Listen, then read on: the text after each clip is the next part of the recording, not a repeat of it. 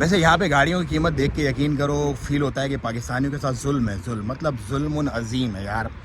जो थकी हुई होंडा यहाँ पर 8-8, 9-9 लाख रुपए में मिल रही है, वो पाकिस्तानियों को 50-50, 60-60 लाख रुपए में मिलती है। अब ये देखो, ये किया ऑप्टिमा कितने की होगी आपके पास? देखो लश पश गाड़ी है, बेहतरीन क्रूज़ कंट्रोल वगैरह सब अंदर से फंटास्टिक बिल्कुल। और ये कितने की होगी? मैक्सिमम इस गाड़ी की जो प्राइस होगी ना, मैक्सिमम वो मेरा ये ख्याल है कि 14 लाख रुपए, 14 भी ज़्यादा बता दिए, 12-13 लाख रुपए की गाड़ी है यहाँ पर। ये मिलेगी आपको ये शश के पाकिस्तान में? कभी भी नहीं मिलेंगे भाई।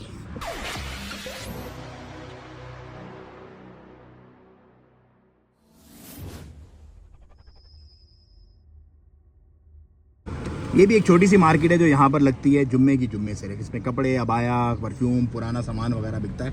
वादी कबीर का इलाका है, सल्तनत ओमान मस्कत में। ये देख रहे हो, ये सारे जीना सैयारा मतलब कार डेकोरेशन की दुकानें हैं दोनों तरफ।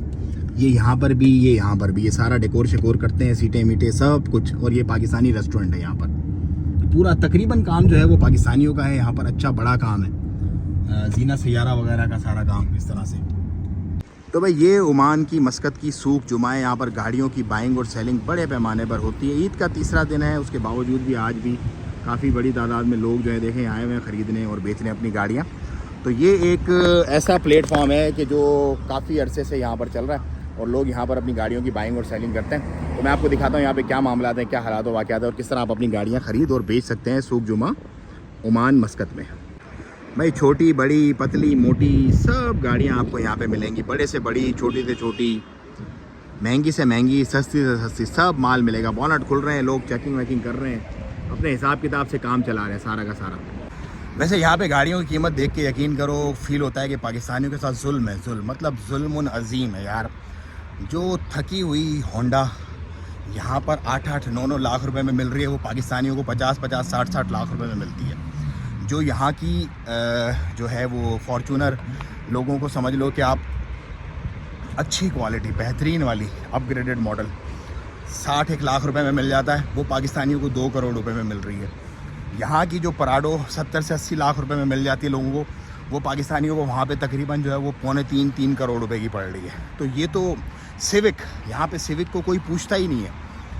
वो सिविक पाकिस्तान में 1 करोड़ प्लस है, यहाँ पे वो जो है ना 30-35 लाख रुपए की अच्छी गाड़ी मिल जाती है। मतलब ये हालात है यहाँ पर गाड़ियों के।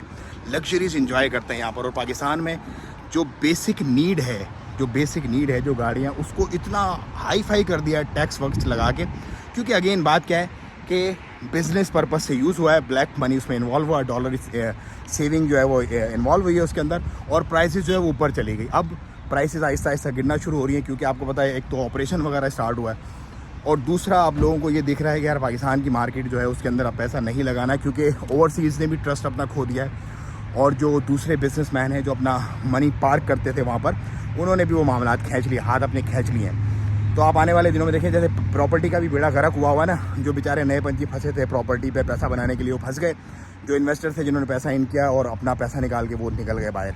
इसी तरह भी गाड़ियों का भी आने वाले दिनों में बिल्कुल यही हाल होने वाला पाकिस्तान में, देखिएगा आप। मुझे दें इजाज़त इस प्यारी सी खूबसूरत सी सरज़मीन ओमान से। अपना और अपना बहुत ख्याल रखिएगा। अस्सलाम वालेकुम व रहमतुल्लाह।